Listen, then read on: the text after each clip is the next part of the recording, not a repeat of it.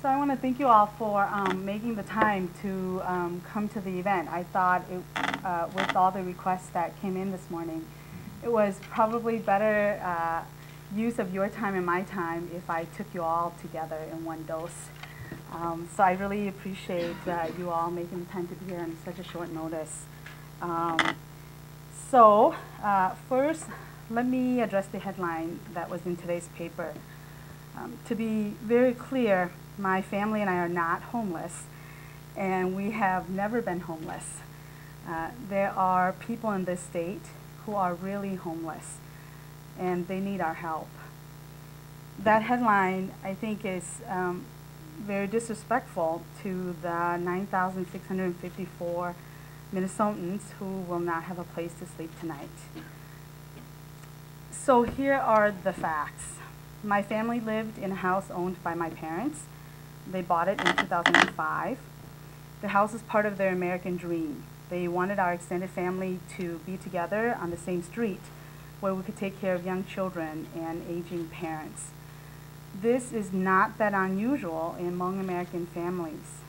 So like many Americans, when the housing bubble collapsed in 2007, the market conditions under which we bought the house didn't work anymore. My parents tried to keep the house. My husband and I and our entire family tried to make it work. In the end, my parents could not make the payments. The mortgage company wouldn't modify the loan, and the mortgage company foreclosed. It was my parents' home. They had no choice, and I respected that. Does this make me sad? Of course it does. We loved that house. It was the home that my children have grown up in, and it has been an important part of our lives.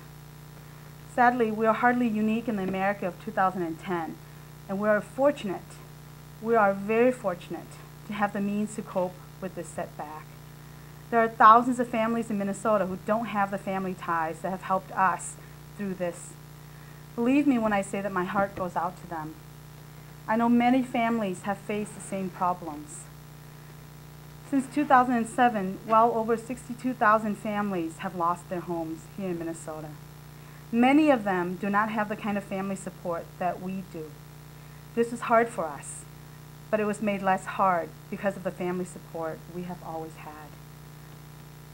There are many families who will be following this story, who have lost their homes or will soon be losing their homes to foreclosure.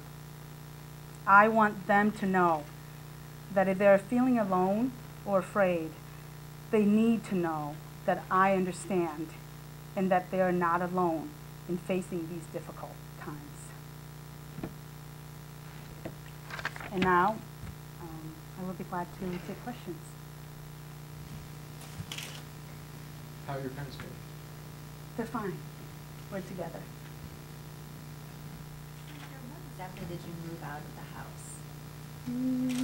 I think at the beginning of June, right after the legislative session ended. Yes. And then you moved Across the street. to your brother's house? Yes. At that time?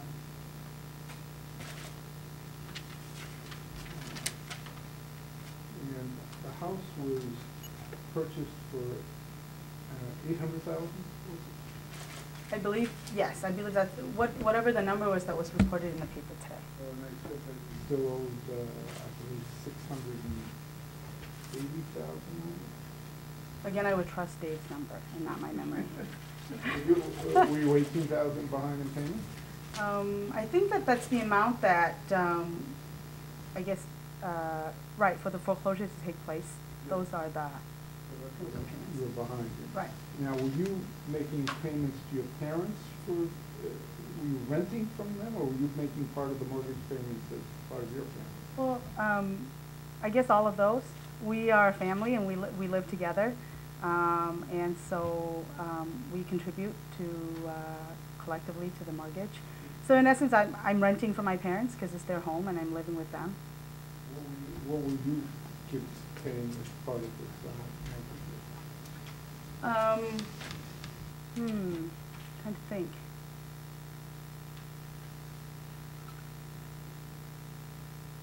I don't want to give an exact number. I mean, I think we, as a family, we, figure out what it took to pay for all the expenses, and then just made sure that the payments were covered. How far behind have you fallen in Again, I guess I would trust the numbers that was in the paper today.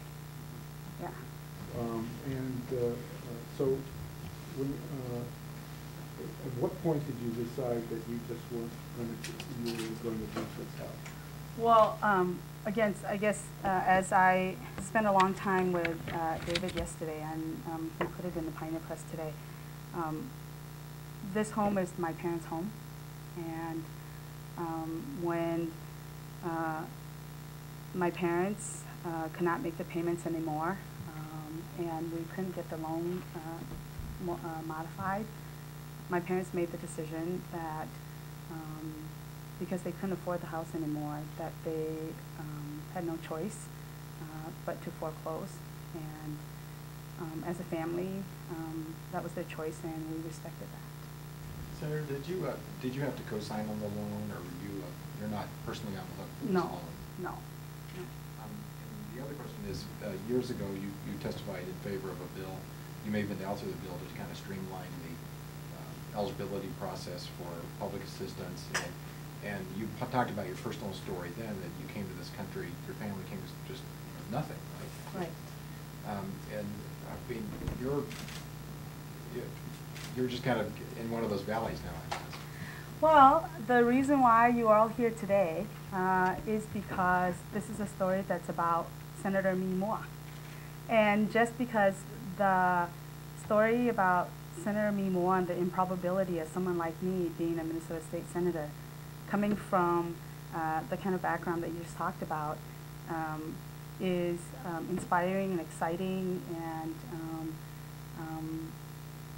and that which makes all of us very proud. It is also the very reason that this is news to all of you. And so yes, I think that my family, like every other family, has peaks and valleys in our lives. I certainly believe that we are not alone in going through that right now. And my family members and friends have all known that. And we've been able to stay intact and make it through these very difficult times because of the outpouring of love and support that we've had, not only from our immediate family, but from our neighbors and from our friends, all around. So I think that I'm very blessed to have a wonderful family and great friends who have been a great support network. And you said that this had nothing to do with your decision to step down from the legislature, but I can imagine that your earning power would be significantly greater outside of the Capitol than here. So, I mean, really didn't have any bearing on your decision to leave? I think that when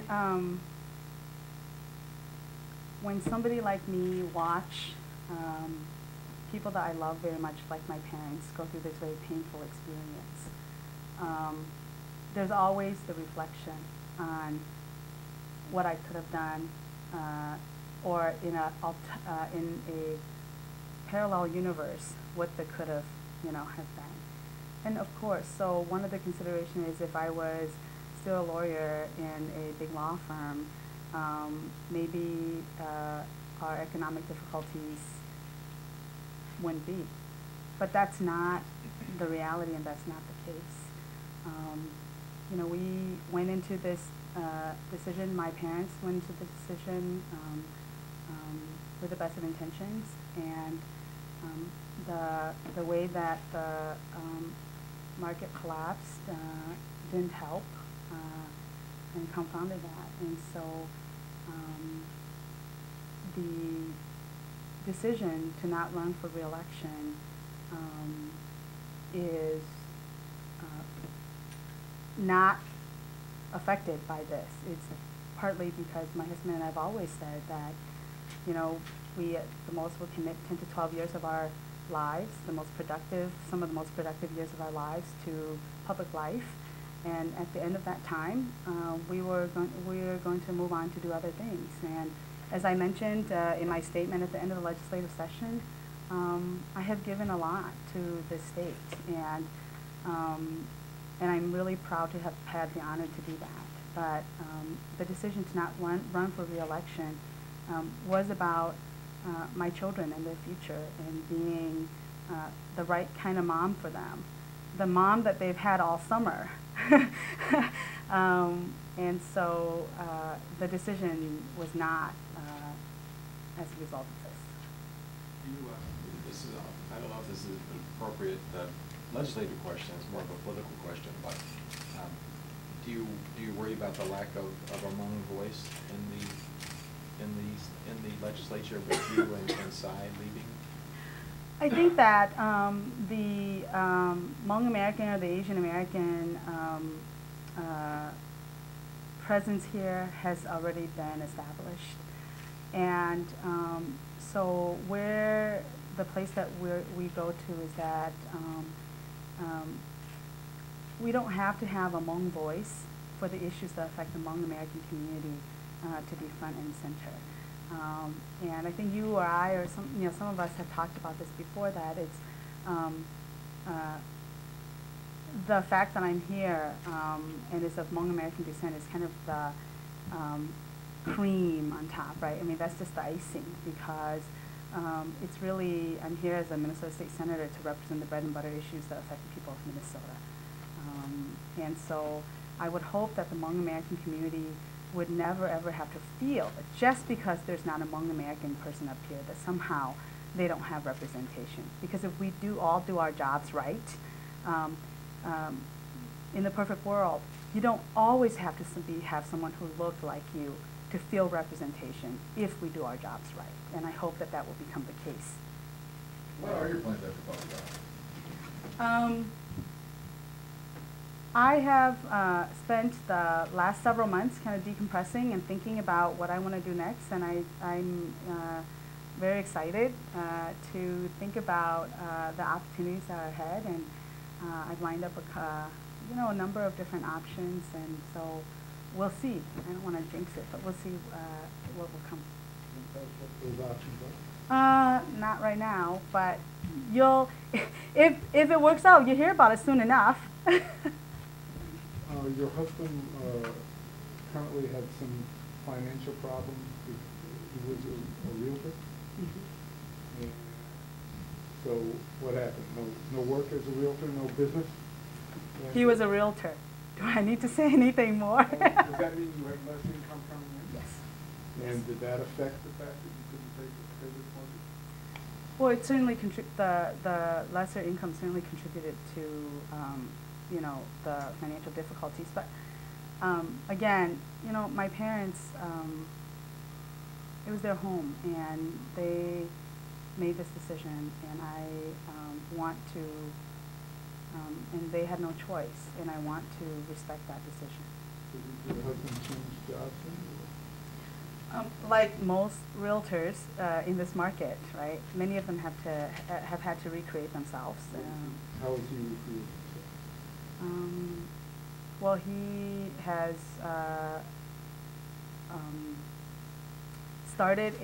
he got a job working 9 to 5 at a company, and he's trying to start a small business. And part of the transition here is that I needed to get out of here and go get a more normal job so that he can go back to school.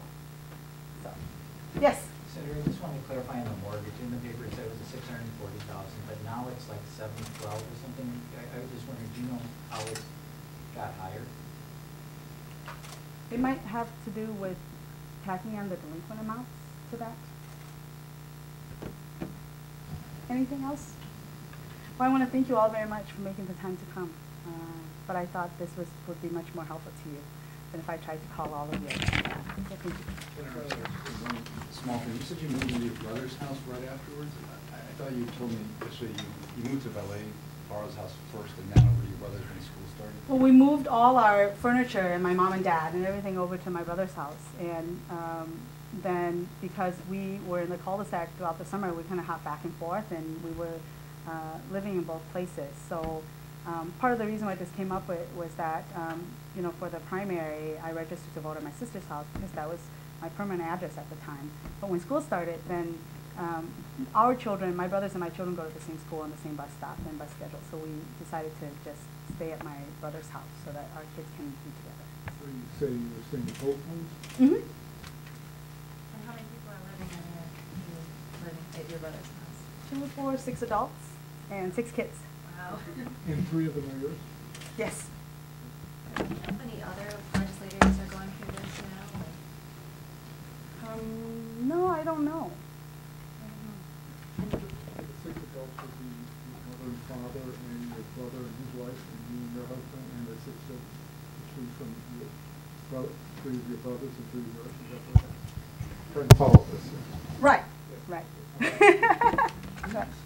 The house that you had to give you a flavor for the house, you were all living in this one house that you could pay for eventually, but how could you fit all in there? You had, looks like it's 2 floors or 3 floors? It was 2 floors with a finished basement, 5 bedrooms, kitchen, living room, and a bar. There's not a full kitchen in the basement. So a half kitchen and a full kitchen or something like that? It was a bar. It was not even a half kitchen. I mean, I don't know what a half kitchen, full Okay, kitchen. It was so just the it was a bar. Yeah. One kitchen. One kitchen. One Yeah. kitchen. One kitchen. And in retrospect, was it a mistake for them for you all to think about putting up, buying a house of that, such an expensive house? Well, with mortgage payments that, you know, must be quite, you know, what? yeah, so as I said in this morning's paper, you know, this house and our family being together was my father's dream. And together, at the time, it did make financial sense for us to buy it in 2005. And my parents went with, you know, what was best available at the time. And then the housing world changed in 2007. And I just don't think that we are in no way alone in having made this kind of a decision. Do you know how much the home is worth now?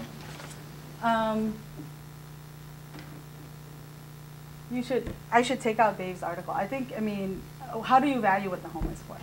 Other than like every other house, I think the house is underwater, right? And I think it's, I mean, what do the realtors say? Whatever the house sold for is what it's worth. So whatever it sold for to this new family, that's coming in. Have you been able to make the tax payments on this?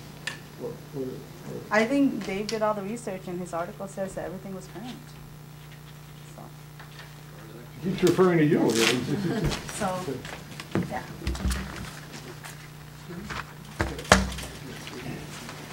Well, I kind of scribbled all over it, so I think if maybe what I can do is, yeah, we can run a modified copy to you. You know, you're Okay. All right. Well, why don't I